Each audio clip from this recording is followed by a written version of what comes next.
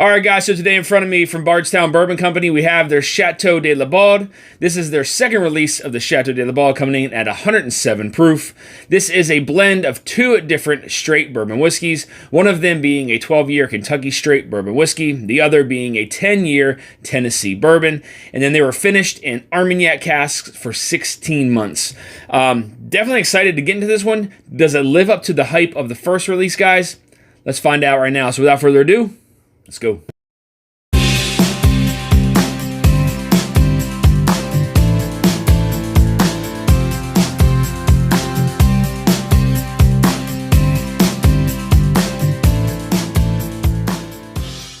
All right, guys, so as I stated, this one does come in at 107 proof and is a blend of two different whiskeys, one being a 12-year Kentucky and the other one being a 10-year Tennessee bourbon. Both of the distilleries are undisclosed. Let's go ahead and get into the nose. So the first thing that I get is this really nice creamy cinnamon and then like a little bit of oak there further into the glass, a little bit further away. Some of that ethanol kind of picks up a little bit, but then I start to pick up some darker fruits there as well. Maybe like a little bit of a plum. Yeah, like further into the glass is just that creamy. There's a creamy cinnamon. There's definitely some oak present further into the glass. A little bit of leather there too, further in, but then further away, that's when you start to pick up some of those fruits. I definitely pick up a little bit of a plum. Definitely still get some of that cinnamon further away from the glass as well. A little bit of ethanol in there, and then further away too from the glass with some of that plum, you start to pick up some mixed berries, like a blackberry, a blueberry. But there's a lot of it's almost a lot of sweetness, and then that oak definitely takes us into the a dive deeper into some of those darker notes. A little bit of that leather further into the glass as well. Yeah, really, really nice nose on this one, guys. Let's get into the palate. Cheers. So some of that cinnamon really kind of played a part on that first sip. First sip, I get this like cinnamon peach ice cream. That's kind of what I get on the front of the palate into the middle of the palate. Cinnamon, peach, like ice cream.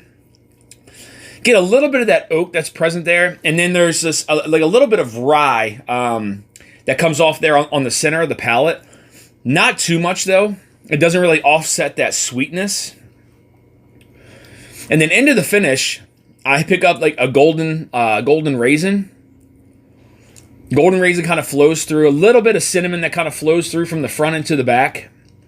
And it has a pretty nice lingering finish on this one. Definitely medium to long finish on this one. Flavors kind of remain there, kind of saturate the palate a little bit. It's a pretty nice first sip. Let's get in the second one.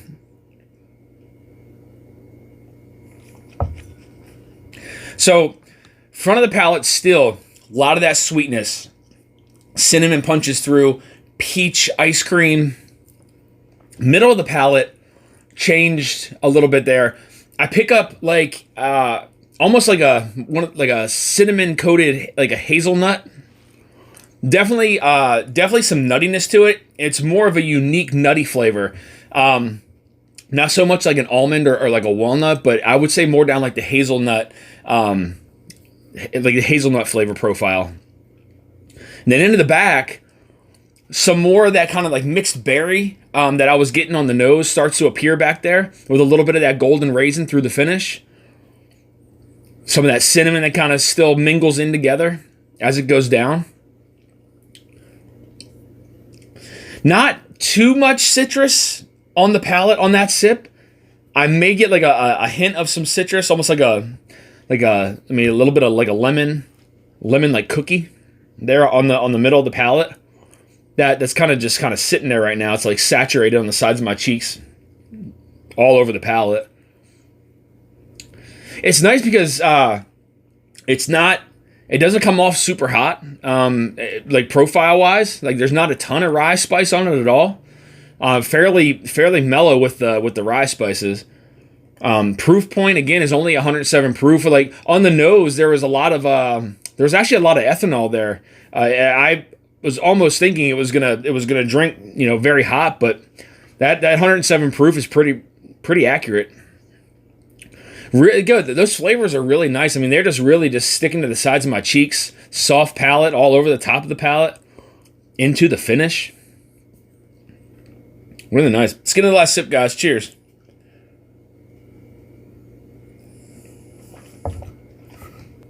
So again, that it's maintained its consistency on the front of the palate. That cinnamon peach ice cream vibe from the front to the middle of the palate. Small hint of rye spice kind of lingering over there. Little bit of like a lemon cookie citrus on the sides of the palate. I do want to say though, this does have a nice kind of viscosity to it.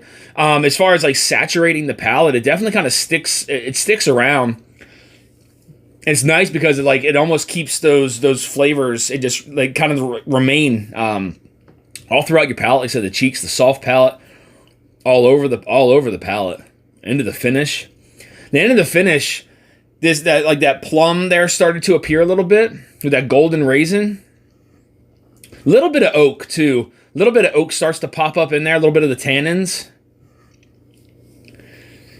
Not so much like on the sweeter side of the oak, but definitely on the darker side of the oak. Like I said, picking up some of that tannin. I mean, as far as comparing this to the first release, I only remember having a sample of the first release, and there's definitely a difference between the two. I don't have any of that sample left, but I do remember that being a more enjoyable experience. I think that one had more depth. It had more complexity to it than this one does.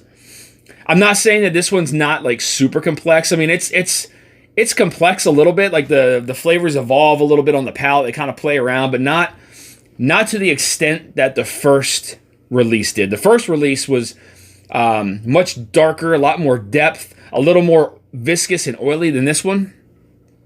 But this still has a lot of really nice flavors to it.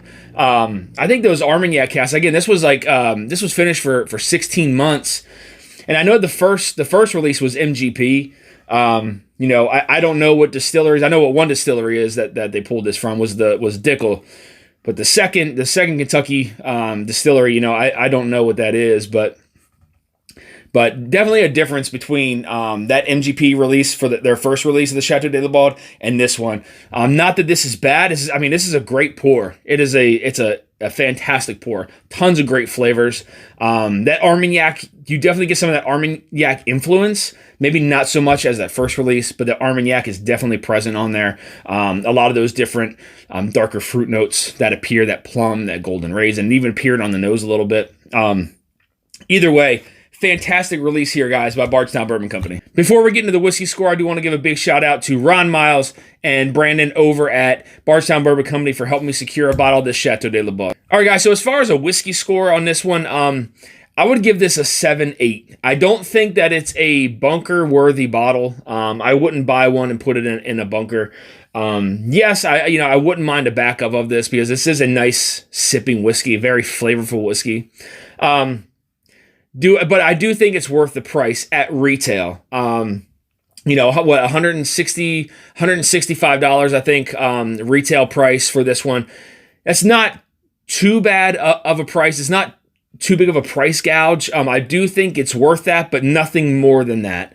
You see some of these floating around on the secondary market for $200, $250, almost at that $300 range. In my opinion, it's not worth that. I definitely think it's worth their retail price that they charge for it. Again, there's a lot of great flavors in this. There's nothing wrong with this whiskey at all. But comparing it to the very first release, it's two different experiences. That first release was a completely different mash bill. That was MGP. This is a 12-year Kentucky whiskey and then 10-year George Dickel. Finished in Armagnac for 16 months. So again, it's a great whiskey. To me, it's just not a bunker worthy bottle, but it is worth the buy. Again, if you're in that market to buy it, I think at retail price, I would say it's probably worth the buy. But But again, I mean, fantastic release here, guys, by Bardstown Bourbon Company. So if you're looking for more reviews like this, make sure you hit that subscribe button, bell notification to be alerted of any upcoming reviews or live streams. You can also find me on Instagram at Dusty Dan's Whiskey Reviews. Until next time, guys, stay dusty.